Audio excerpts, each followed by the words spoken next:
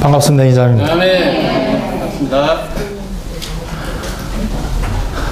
지난 학기에 우리는 창세기를 아주 깊이 누렸죠.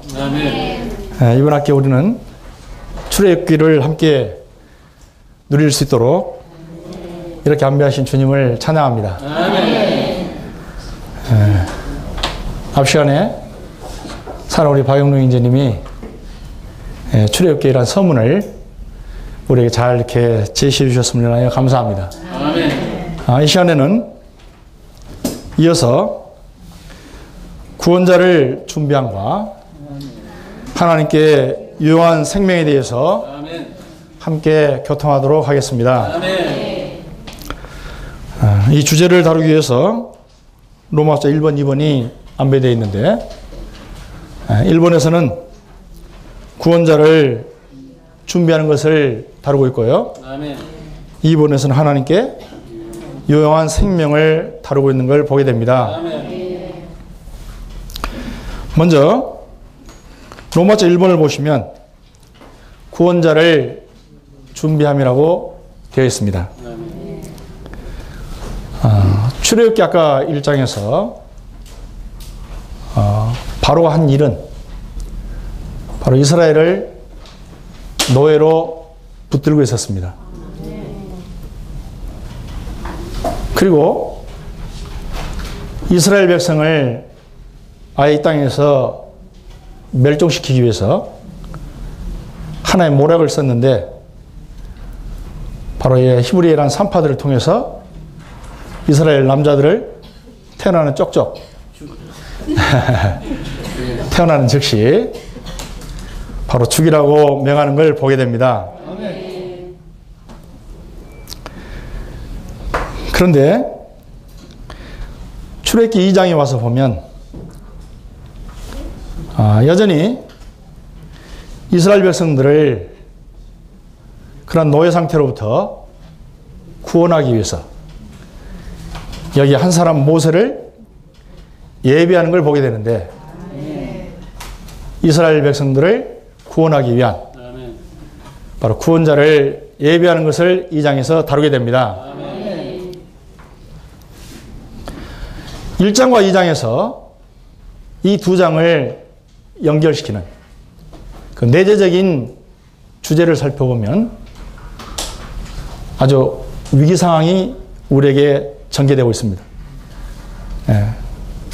이러한 위기 상황에서 하나님이 그분의 목적을 이루기 위해서 여자의 생명을 사용하신다는 것입니다. 예를 들면 출애굽기 1장 17절을 보시면 그러나 산파들은 하나님을 경외하였으므로 사랑하는 자매님들 우리도 하나님을 경외하는 사람들입니까? 네. 하나님을 경외하였으므로 이집트 왕이 자기들에게 명령한 대로 하지 않고 남자아이들을 살려주었다라고 말하고 있습니다.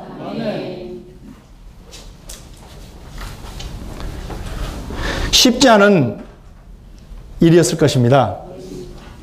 바로가 그냥 가볍게 얘기했을까요? 산파들에게 가볍게 그냥 남자아이들 낳으면 그냥 죽이고 여자아이들 낳으면 살려줘라 그렇게 얘기했을까요? 반드시 그 뒤에 만약에 이렇게 성경에 기록되어 있지 않지만 만약에 내 말을 듣지 않았다 하는 어떻게 될 것이다 라고 위협하지 않았을까요? 그래서 여기 17절에 보면 이 산파들은 하나님을 경외하였기 때문에 이집트 왕이 자기들에게 명령한 대로 하지 않았다라고 말하고 있습니다. 하나님을 경외하는 것이 바로의 말을 듣는 것보다 훨씬 더 중요하다는 것을 알았습니다.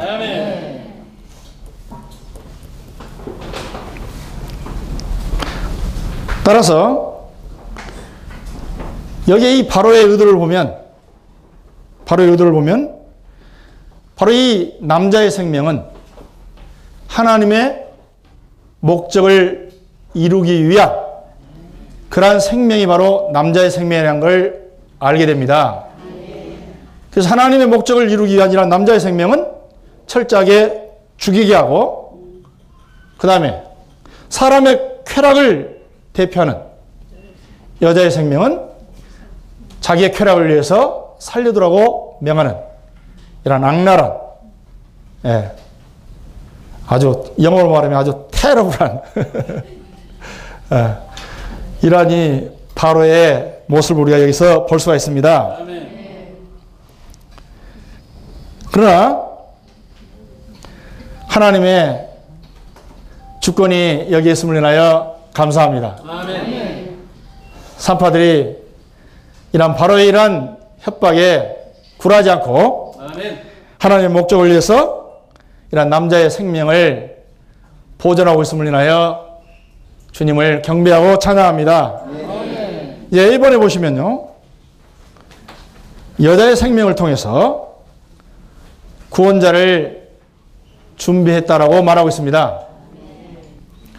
출애굽기 2장 1절부터 쭉 10절까지를 읽어보면 거기에 모세를 예비하기 위해서 여기에 몇 명의 여자들이 사용되어지는 걸 볼 수 있습니다.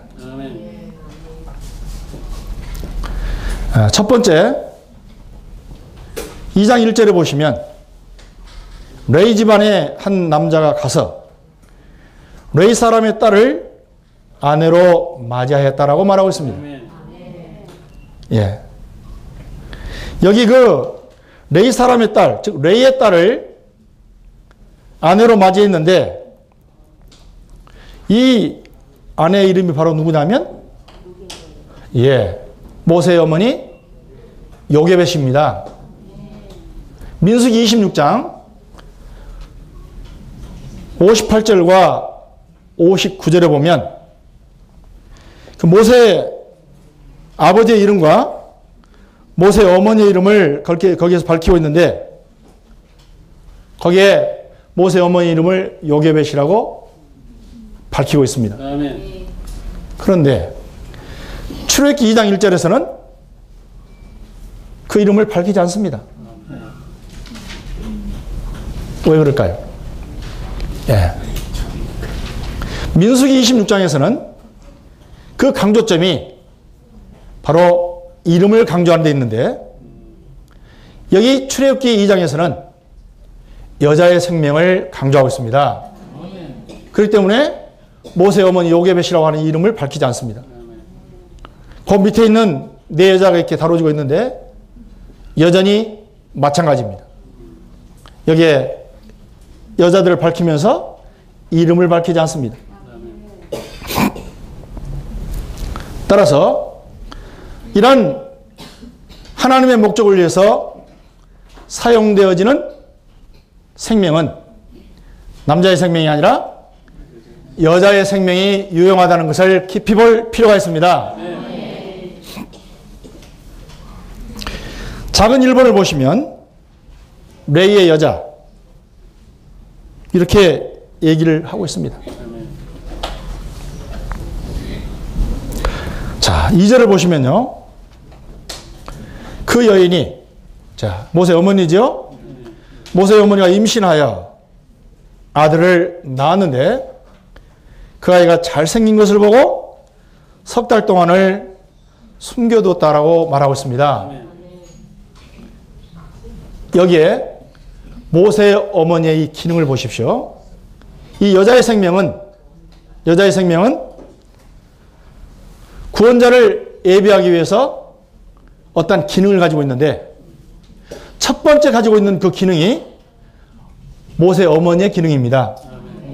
그런데 2절에 보면 모세 어머니가 뭐 했습니까? 모세를 임신했다라고 말합니다.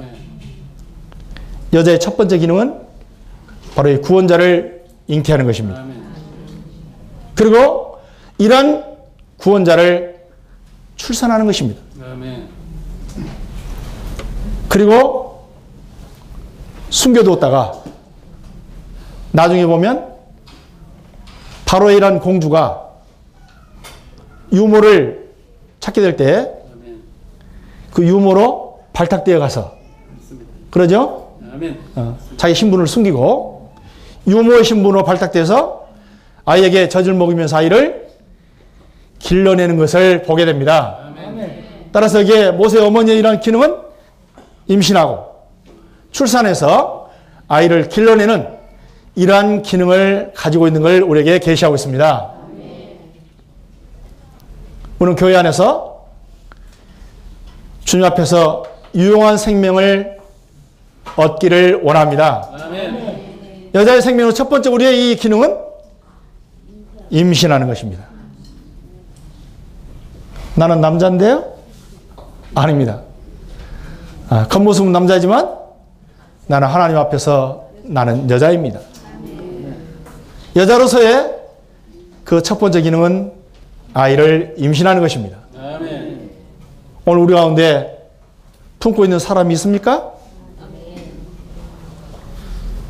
권자매님, 가슴에 몇 명을 품고 있습니까? 예, 반드시 우리는 교회 안에서 우리 가슴 안에 누군가를 품으시길 바랍니다. 아멘. 그리고 끊임없이 우리는 영향을 공급받아서 그에게 영향을 분배해서 생명의 때가 이를 때 바로 그 아이를 건강한 아이로 출산하기를 원합니다. 할렐루야. 그리고 출산한 다음에 이런 아이를 광야에다 휙 던져놓지 마시고 소중히 품으시고 아멘. 따뜻하게 우리는 보양해서 목양의 길을 가시기를 원합니다. 이게 바로 여기 레아의 딸 모세 어머니의 기능을 우리에게 보여주고 있습니다. 두 번째, 출애굽기 2장 4절과 5절부터 7절 8절에 보시면 사내 아이의 누이를 말하고 있습니다. 예. 4절에 보면 그 아이의 누나가 멀찍이 서서 아이가 어떻게 되는지 지켜보고 있었다. 예. 여기서도 보면 이름을 안 밝힙니다. 모세의 누나 이름이 뭡니까? 미람이에요, 미리암. 예. 이름이 있어요. 그런데 여기서 이름을 싹 숨겨놓고 그 아이의 누나라고 얘기합니다. 아까도 얘기한 것처럼 왜 이렇게 이름을 숨겼다고요? 예. 이름을 강조하는 데 있지 않냐고? 하나님의 목적을 위해서 유용하게 사용되어지는 생명은 남자의 생명이 아니라 여자의 생명이다. 그런데 이 누이의, 이 누나의 그 기능은 어떤 기능을 가지고 있는가? 자, 멀찍이 서서 뭐 하고 있습니까? 지켜보고 있습니다. 할렐루야.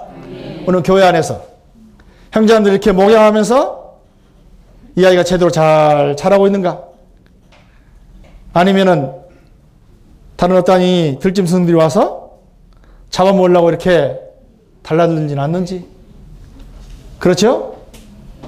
여기에 다른 독소가 들어오지는 않는지 부지런히 살펴서 악한 일에 의해서 이러한 어린아이가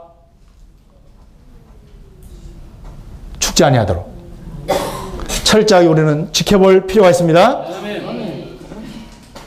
뿐만 아니라 이제 이 바로의 공주가 그 아이를 우는 아이의 음성을 듣고 발견했죠. 그리고 여종을 시켜서 데려오라고 얘기합니다. 그럴 때 이 누이가 바로의 공주에게 다가가서 여기에 한 여인을 추천합니다. 누구를 추천했습니까? 자기 어머니를. 예, 모세의 어머니를 바로 이 바로의 공주에게 당신은 저지 안 나오지 않습니까? 예, 저지 여기 잘 나오는 이 유모를 추천해 드리겠습니다. 그래서 여기에 모세의 어머니를 바로의 공주에게 추천해서 여기 합당한 연결을 시키는 이러한 기능을 우리에게 보여주고 있습니다. 사랑하는 형제자매들, 우리는 한 방면에서 우리가 우리의 자녀를 산출할 수 있지만, 그러나 또 한 방면에서는 지체들로서 많은 지체들을 함께 몸 안에 돌보면서, 또는 활력 그룹의 동반자도 함께 지체들을 이렇게 돌볼 때, 이건 내 양이니까 너 손대지 마. 이건 내 양이야. 그런데 우리의 기능은 다방면의 기능을 가지고 있다는 걸 잊지 마십시오. 여기에 소중히 품는 이런 기능이 있는가 하면 여기에 젖을 먹일 수 있는 이런 기능도 있다는 걸 잊지 마셔야 되고요. 아멘? 네, 나는 아주 소중히 잘 품는 이런 기능은 있지만 젖 먹일 줄은 몰라. 그러면 당연히 젖을 잘 내는 이런 유머를 빨리 붙여줘야 안 되겠습니까? 손대지 말라니까 따찌 하지 마시고 그러지 마시고 철저하게 몸 안에서 함께 동행하여 이러한 어린아이를 길러내는 걸 훈련하시길 바랍니다. 그럴 때 여러분들은 교만하지 않고 자기가 영광을 취하지 않고 이러한 영광을 몸에 돌릴 줄 알게 되고 이러한 영광을 머리신 주님께 돌릴 줄을 알게 되는 것입니다. 우리 어렸을 때 많이 해봤어요. 저도 봉사하다 보면 조금 이렇게 교회가 좀 이렇게 좀 활발해지고 인수가 이렇게 늘어나면 입이 근질근질해. 그래서 여기 가서 막 자랑하고 싶고 저기 가서 자랑하고 싶고 메시지 한번 잘 전하고 나면 형제자매들 이렇게 반응하는 것 같으면 봐라 나는 잘 전할 수 있어.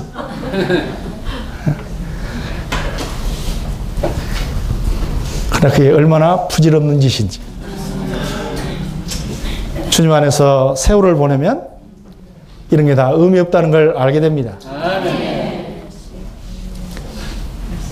사랑하는 옆에 있는 지체들이 정말 사랑스럽고 정말 몸 안에서 없어서는 안 될 지체이지만 이건 나의 소유가 아니라 우리 주님의 소유란 것을 잊지 마셔야 됩니다. 결코 가로치려고 하지 마십시오. 거기서 무엇을 얻겠다고 그렇게 미련을 두고 있습니까? 오늘은 여러분에게 간슬개라도 빼서 줄 것처럼 하지만 하룻밤을 자고 나면 호련히 돌변해서 뒤에다가 칼을 꽂을 수가 있습니다. 사람을 믿지 마십시오. 아멘. 교회 안에서 영원한 아군도 없고 영원한 적군도 없습니다.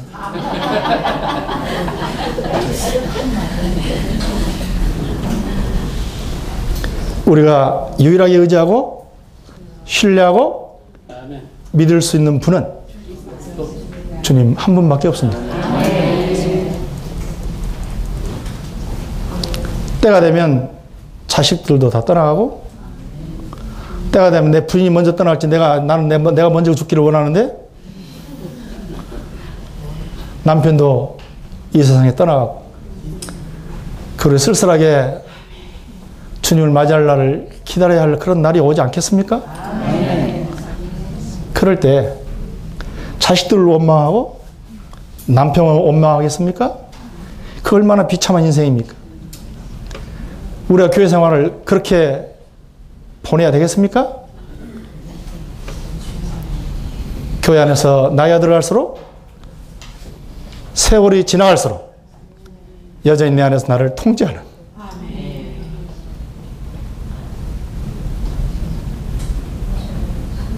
뭔가 끊어버릴 수 없는 끈이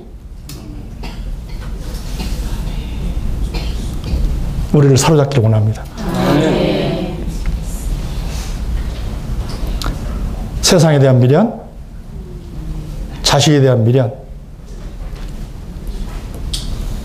모든 미련을 다 끊어버리십시오. 난 필요 없다고 좀 말하지 않습니다.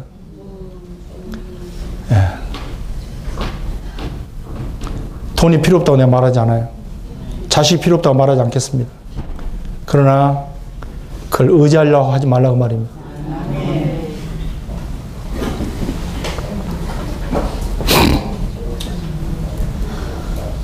따라서 철저하게 남자의 생명을 교회 안에서 살려고 하지 마시고 이런 의존하는 이런 여자의 생명을 살기를 훈련하시길 바랍니다.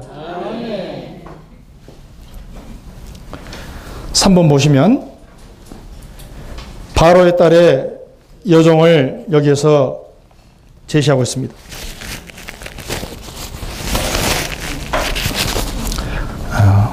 2장 5절을 보시면 때마침 파라오의 딸이 목욕하러 강으로 내려왔고 시녀들은 강가를 거닐고 있었다. 파라오의 딸이 갈대 사이에 있는 상자를 보고 여종을 보내 가져오게 하였다. 아멘. 여기도 보시면 여종의 이름을 결코 밝히지 않습니다. 그냥 여자라고 얘기하고 있습니다. 네. 구원자를 예비하는 데 있어서 유용한 생명은 어떠한 사람이라고 하는 그 개체가 중요한 게 아니고 하나님을 의지하는 바로 여자의 생명이 중요한 것을 우리에게 강조하고 있습니다. 그러므로 오늘 여기 이 여종의 그 기능은 바로 바로의 딸을 돕고 섬기는 기능을 가지고 있습니다. 아멘. 따라서 교회 안에서 사랑하는 행자님들, 오늘 우리 지체들을 돕고 섬기는 것을 잘 훈련하시길 바랍니다.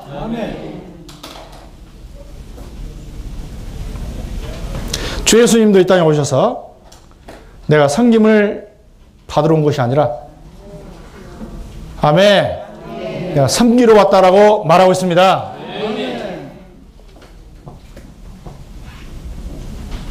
우리는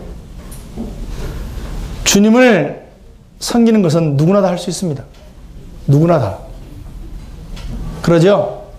여기 주님 안 섬기는 사람 하나 있습니까? 100%, 1000%는 다 주님을 섬깁니다. 그런데 말입니다. 실질적으로 주님을 섬기는 것에 관해서 주 예수님은 내가 이 소자에게 물 한 그릇을 대접한 것을 기억하겠다고 얘기를 하셨습니다. 오늘 이 땅에 있는 지체들을 가볍게 여기지 마십시오.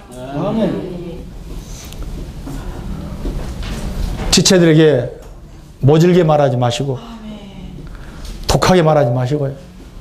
저도 상당히 젊어서 독한 사람이었는데 지금은 도끼가 다 빠졌습니다. 네. 간호 앞에서 메시지 전할 때는 내가 좀 이렇게 강한 것 같아도 사실은 저 그렇게 강한 사람이 아닙니다.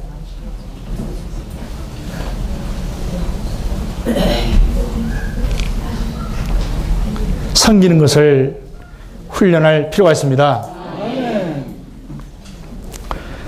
이제 마지막으로 네 번째, 바로의 딸을 여기서 언급하고 있는데 2장 5절부터 그 10절을 보면 바로의 딸이 시녀를 시켜서 그 사내 아이를 그 강에서부터 건져내서 모세의 어머니에게 이 아이를 맡겨서 잘 기르도록 위탁하는 것을 우리가 보게 됩니다.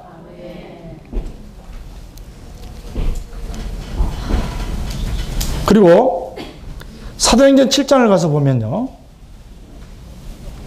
이 모세가 바로 이 애굽의 궁전에서 세상의 모든 학문을 잘 배워서 그의 말과 일이 아주 능력이 있었다라고 말하고 있습니다.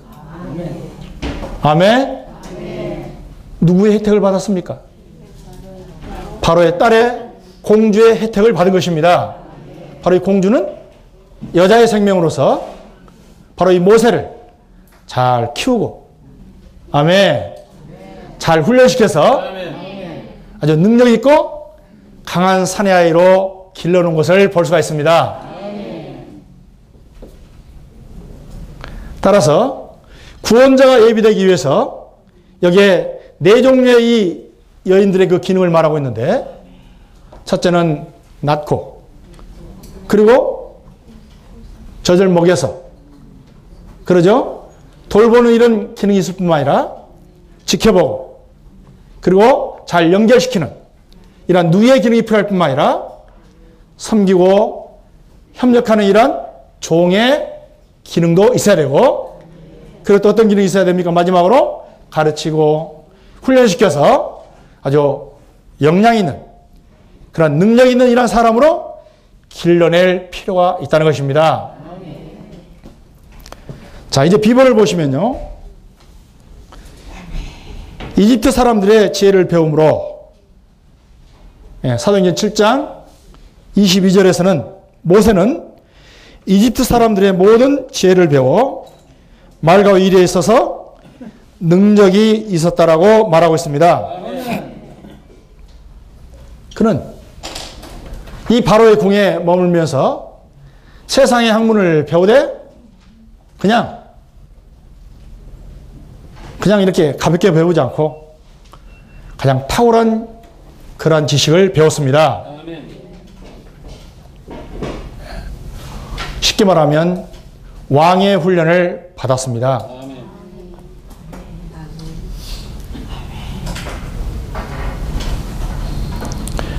미국 서해안 쪽에 북캘리포니아 한 해변에 마리나라고 하는 해변이 있습니다.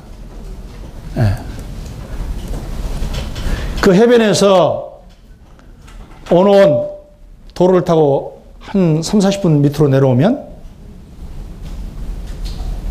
상당히 좋은 비치가 있는데 그 산속에 귀족학교가 있습니다. 아랍의 왕자들, 우리나라에 누구라고 말하지는 않겠지만 내가 알고 있는 두 그룹 총수의 자녀들이 그 학교를 나왔습니다. 지금 한 분은 부회장이 됐는가 모르겠어요. 아마 부회장 됐죠, 그분이.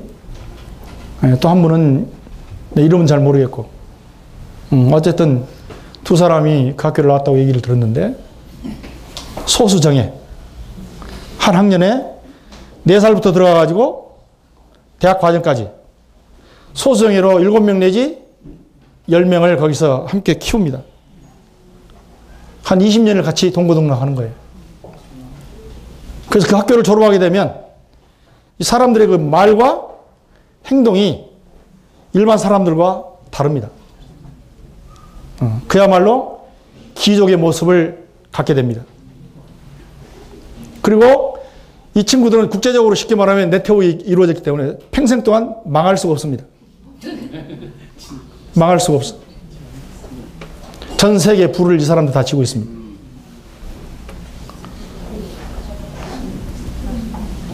모세는 바로 이집트 궁에서 이 사람들이 배운 그러한 학문보다도 더 탁월한 왕의 신분이 되도록 훈련받고 길러졌습니다. 왕의 신분에 대한 이런 훈련받았다고 이렇게 말을 해도 이렇게 형제자매도 별로 이렇게 반응이 안 좋아. 그래서 내가 그 귀족학교를 내가 예를 들어 주는 겁니다.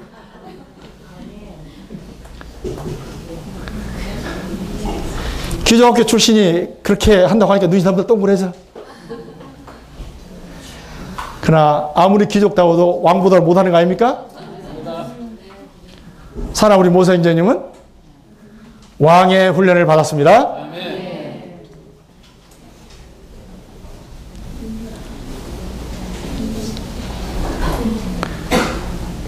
10번을 보시면 이제 형제들로부터 배척을 받는 것에 대해서 말하고 있습니다. 그 11절에 보시면요. 모세가 어른이 된 뒤에 하루는 자기 형제들이 있는 곳으로 나갔다가 형제들이 무거운 짐을 지고 나르고 있는 것을 보았다. 그때 모세는 어떤 이집트 사람이 자기 형제 히브리 사람을 때리는 것을 보고 12절에서 주위를 살펴 사람이 없는 것을 확인한 후에 그 이집트 사람을 쳐 죽여서 모래 속에 묻어버렸다라고 뭐 얘기합니다. 아멘. 힘이 있죠? 힘이 있잖아요. 네. 머리에 지혜만 들어있는 게 아니고 육체 안에 아주 헬스를 해서 아주 육신에 힘도 좋았어요. 그래서 이집트 사람 때려서 모래에다 묻어버렸습니다. 보십시오. 이 사건으로 말미암아 모세는 광야로 쫓겨나야 했습니다.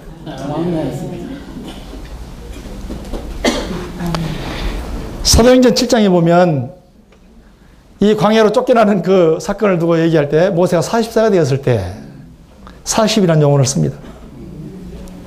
40이라고 하는 숫자는 시련받는 숫자, 고난받는 숫자. 예. 이스라엘 백성들은요, 광야에서 40년을 하나님에 의해서 시험을 받았습니다.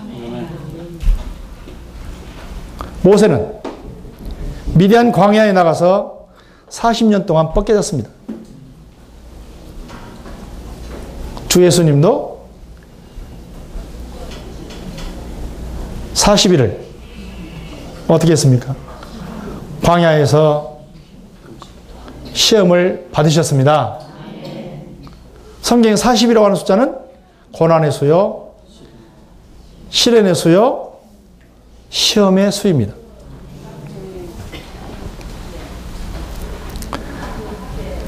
작은 일본에 보시면요, 그 형제들을 구출하려고 노력했는데 결국은 그 노력은 자기의 천연적인 힘, 그러죠?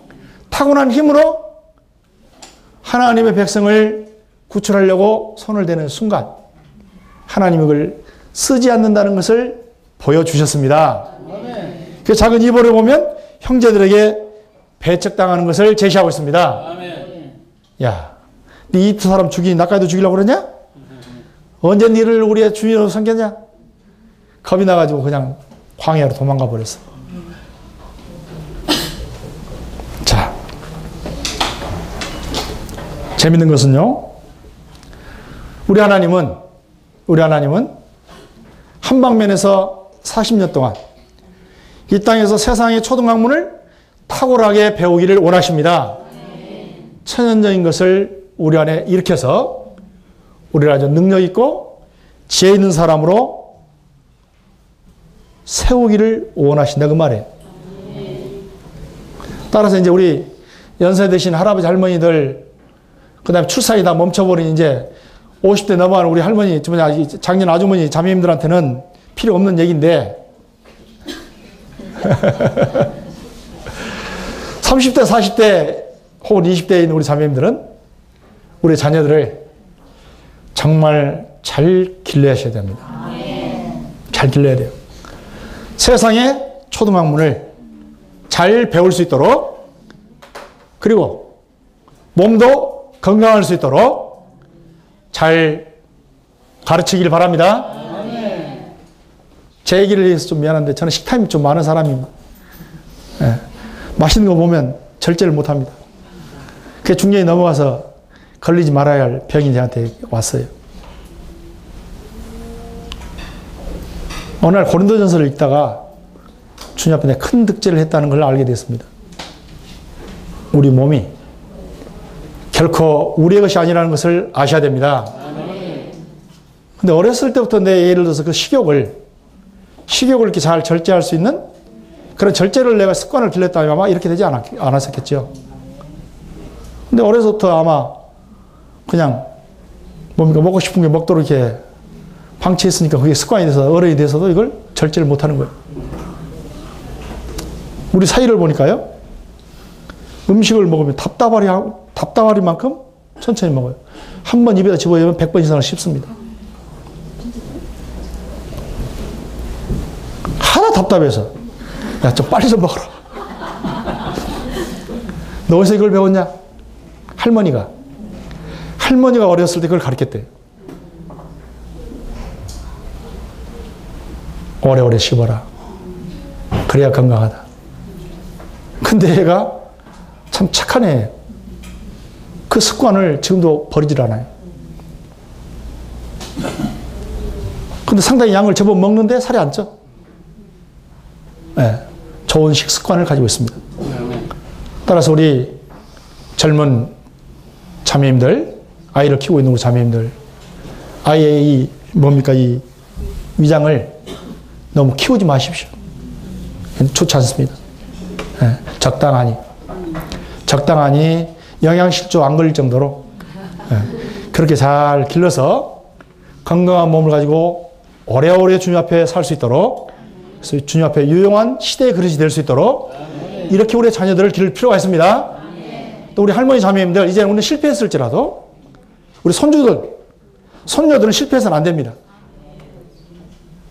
따라서 며느리한테 아니면 딸한테 좀 싫은 소리 들어도 주를 위해서, 교회를 위해서 우리 손자 손녀들 건강하게 잘 기를 수 있도록 잔소리 좀 하십시오. 네.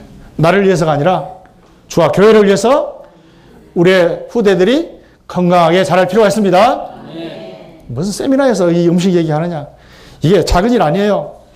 이게 작은 일이 아닙니다. 한참 무르익어서 쓸만한데 주님 앞에 퍽퍽 쓰러져 나가. 얼마나 교회에 손실입니까? 그렇잖아요. 잘 장비되고 생명의 체험이 있고 뭔가 교회를 봉사해서 이제 노련해져 가는데 65세, 70대 팍 쓰러져. 만약 90세까지 산다면 얼마나 교회 풍성을 가져오겠습니까? 안 그래요, 생자님들? 내 말이 틀렸습니까? 맞습니다. 근데 이렇게 말하는 것이 너무 지나친가요?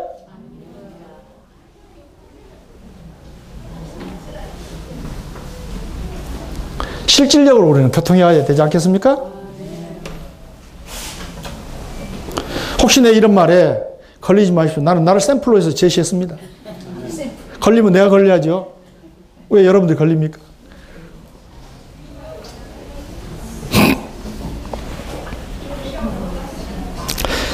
(3번에) 보면 왕족의 지위를 포기했다라고 말하고 있습니다.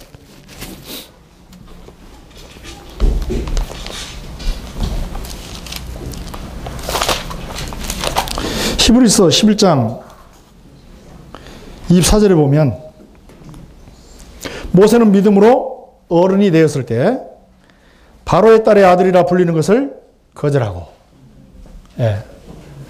왕자라고 불리는 것을 어떻게 했어요? 거절했다고 얘기하고 있습니다. 왕이 되는 것을 그는 포기했어요.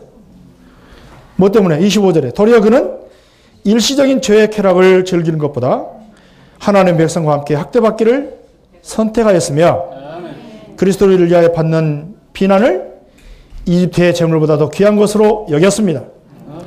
그것은 그가 받을 보상을 바라보았기 때문입니다. 라고 말하고 있습니다. 오늘 우리가 이 세상을 포기할 때, 저 뒤에 우리 사랑하는 방임재님이 앉아있는데, 결혼하기 전에 제가 교통을 했습니다.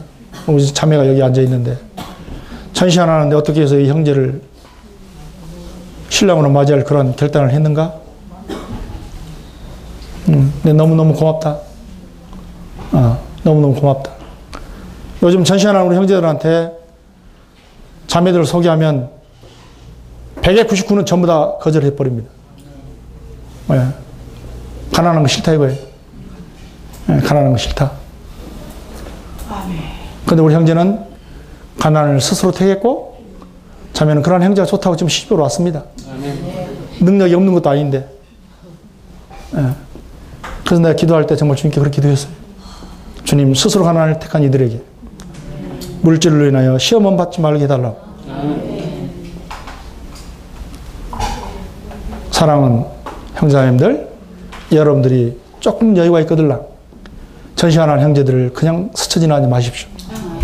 내가 이렇게 가볍게 말하고 넘어가겠습니다. 나를 위해서 하란 말 아닙니다. 나는 안 해도 됩니다. 이제 쓸데가 없습니다, 저는.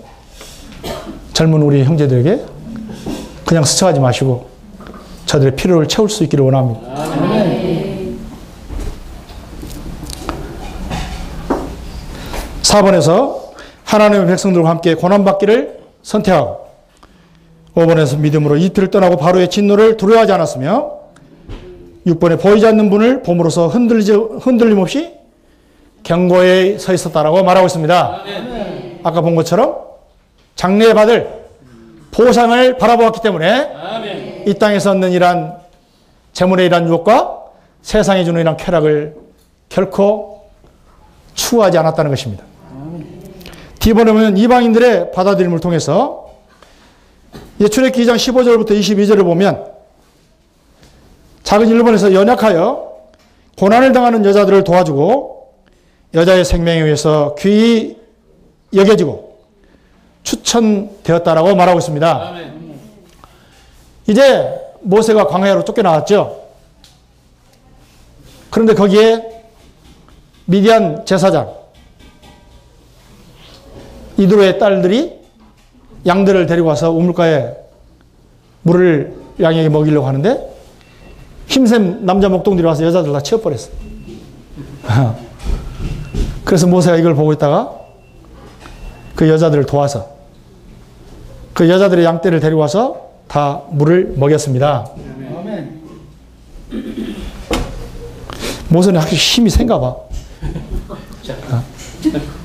그 많은 양떼를 다 먹였어요. 아멘. 그리고 이 이드로의 딸들이 아버지에게 가서 모세를 좋게 말했어요. 야, 얘들아, 어떻게 이렇게 일찍 양을 먹여서 돌아왔노? 예, 어떤 분이 우리를 이렇게 도왔습니다. 그럼 왜 안 데려왔어? 가서 데려와. 아멘. 주님을 찬양합니다. 아멘. 그는 이 땅에 있는 미성숙한 남자의 생명에 의해서 배척당했는데 광야에 있는 여기 성숙한 제사장에 의해서 바로 모세는 영접되어지고 받아들여지는 것을 보게 됩니다.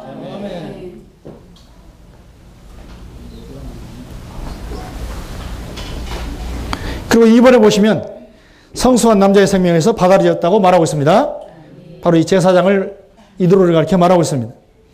3번 이방세계에서 아내를 얻었다. 누구를 얻었죠? 십보라. 네. 십보라를 아내로 얻었습니다. 이방 땅에서. 그리고 그 40년 동안 미디안 땅에 머물면서 아들을 낳았는데 그 아들의 이름을 게르솜이라고 지었죠. 게르솜이라고 하는 뜻은 나의 체류자라고 하는 의미입니다. 모세는 40년 동안 미디안 광야에서 체류하였습니다. 체류했다고 하는 말은 거기가 영원히 갈 곳이 아니었다고 말입니다. 주 예수님, 이제 보십시오. 이집트 왕궁에서 40년 동안 그는 천연적인 능력 있는 사람으로 세워진 다음에 형제들에 의해서 배척당하고 나서 그는 광야에 와서 그 세워진 천연적인 생명을 하나님이 쓰지 않는다는 것을 아는데 40년의 세월을 사용해서 하나님은 철저하게 그를 벗겨내시고 천연적인 힘을 제쳐놓는 것을 훈련받고 제한받는 것을 보게 됩니다. 따라서 교회 생활 안에서 왜 자꾸 나는 지체들이 나를 이렇게 옆으로 제치는가? 응? 왜 나를 알아주지 않지? 나도 한번 끼고 싶은데 절대 나를 안 끼워줘. 너무 서글퍼하지 마십시오. 네. 제쳐진 체험이 없다면 결코 우리는 천연적인 40년을 아직도 우리는 벗겨지지 않고 있다는 증거입니다. 따라서 교회 생활 안에서 제쳐지는 것은 좋은 것입니다. 과정을 지금 통과하고 있는 것입니다. 천연적인 능력, 타고난 생명을 하나님이 지금 벗기고 있는 것입니다. 벗기고 있는 거예요. 따라서 애굽에서 40년은 천연적인 생명을 세우셨지만 광야의 40년은 철저하게 이것을 벗겨내셔서 제쳐내셔서 할 수 있는 40년, 할 수 없는 40년을 통과한 다음에 마지막 40년은 자기 자신을 의존하지 않고 여자의 생명으로 주님 앞에 사용되는 유효한 그릇이 되는 것을 보게 됩니다. 이번에 보면 출애굽기 2장 23절부터 25절에 보면 이스라엘 백성들이 이제 구원자가 필요하다는 걸 알게 됐습니다. 오랜 세월이 지난 후에 이집트 왕이 죽었다. 이스라엘 자손은 뭐라고 얘기합니까? 속박을 당하여 신음하며 부르짖었다. 그들이 속박을 당하여 부르짖는 소리가 하나님께로 올라갔다. 24절에서 하나님께서 그들의 신음소리를 들으시고 아브라함과 이삭과 야곱에게 맺으신 그분의 언약을 기억하셨다. 할렐루야. 사랑하는 형제자매들, 우리 주님 우리에게 언약을 맺으셨습니다. 좋은 땅으로 우리를 인도하도록 언약을 맺으셨습니다.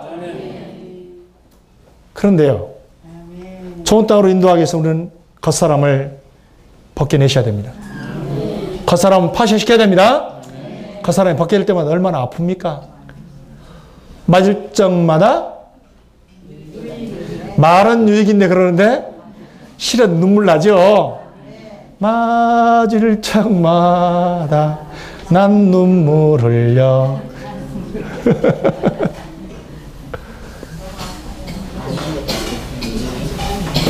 그런데 그렇게 오늘 맞아서 그 사람은 파쇄되고, 할렐루야. 좋은 땅으로 우리를 끌어들이고 있음을 인하여 찬양합니다.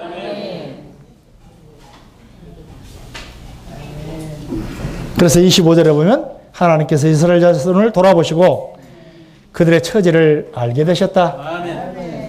그러므로 형제자매들 고통스러울 때요, 참지 마시고 주님 앞에 나가서 우십시오. 괜찮아요.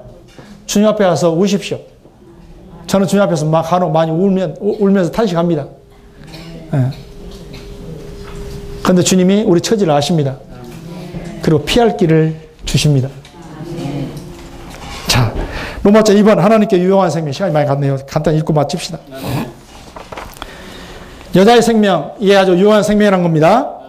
1번 하나님은 그리스도의 머리이시다. 이제 고린도전서 11장 23절에서 3절에서 그러나 나는 여러분이 이것을 알기를 바랍니다. 그리스도는 각 사람의 머리시며 남자는 여자의 머리요 하나님은 그리스도의 머리라고 말하고 있습니다. B번에 보시면 하나님의 머리 되심 아래에 있는 그리스도가 각 남자의 머리다라고 말하고 있습니다. 그 C번에 보면 그리스도의 머리 되심 아래에 있는 남자가 여자의 머리라고 말합니다. 자, 보십시오. 간단하게 설명드리겠습니다. 오늘 우주 가운데 하나님만이 유일한 머리이십니다. 하나님만이 유일한 머리이십니다. 바로 그분은 그리스도를 통해서 그분의 머리 되심을 확증하고 있습니다. 따라서 그리스도는 우리 남자들의 머리인데 하나님의 머리 되심 아래에서 우리 남자들의 머리의 역할을 하고 계십니다. 이제 우리 남자들은 여자의 머리가 되는데 그것은 단독적으로 머리 역할을 하는 게 아니라 그리스도의 머리 되심 아래에서 여자의 머리가 되는 것입니다. 여자는 머리가 없어요. 머리 되심이 없어. 그건 하나님 주권입니다. 그래서 자매님들 교회 안에서 머리 되려고 하지 마시고 그러나 부끄러운 거예요. 네. 요즘은 여권이 신장돼가지고 어디든지 우리 여자들에게 머리를 내밀려고 그래.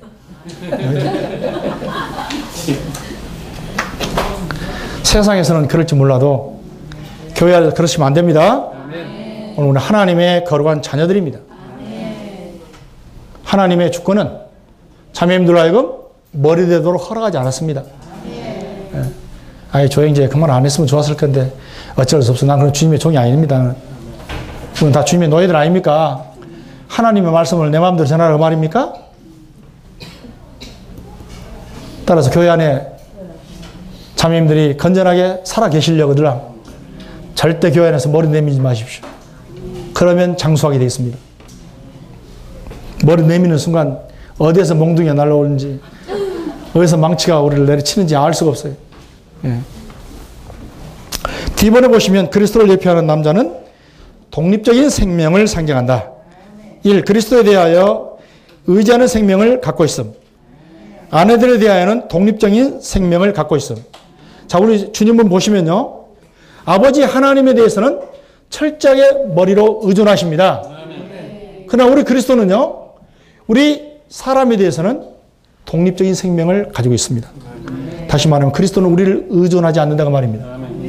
마찬가지로 결혼한 우리 형제 자매님들은 그리스도의 머리대심 아래에 있지만 여자의 생명에 대해서는 오늘 철저하게 남자들은 독립적인 생명을 가지고 있습니다. F번에 보시면요. 2번에 보시면 사람을 대표하는 여자는 의지하는 생명을 상징한다. 예.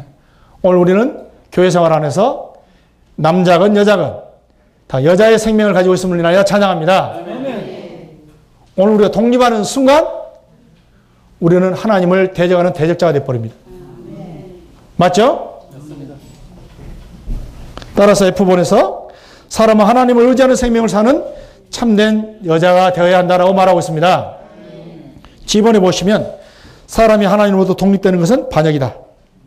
그러므로 H에서 독립적인 생명을 사는 여자는 사실상 남자가 된다. 아멘.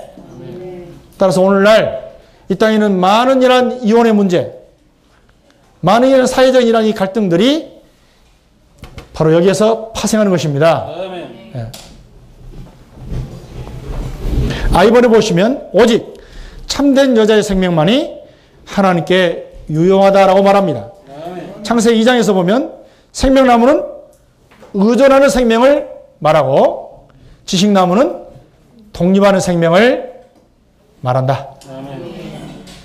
주 예수님, 오늘 우리가 생명을 만지는 순간 우리는 의존하게 되어 있습니다. 그러나 오늘 우리가 지식을 추구하면 추구할수록 머리가 커져서 나도 알아. 그러면서 즉각 우리는 독립하려고 합니다. 독립하는 순간 우리는 주님과 빠이빠이 하는 것입니다. 다시 말하면 주님과 이혼했다고 말이에요.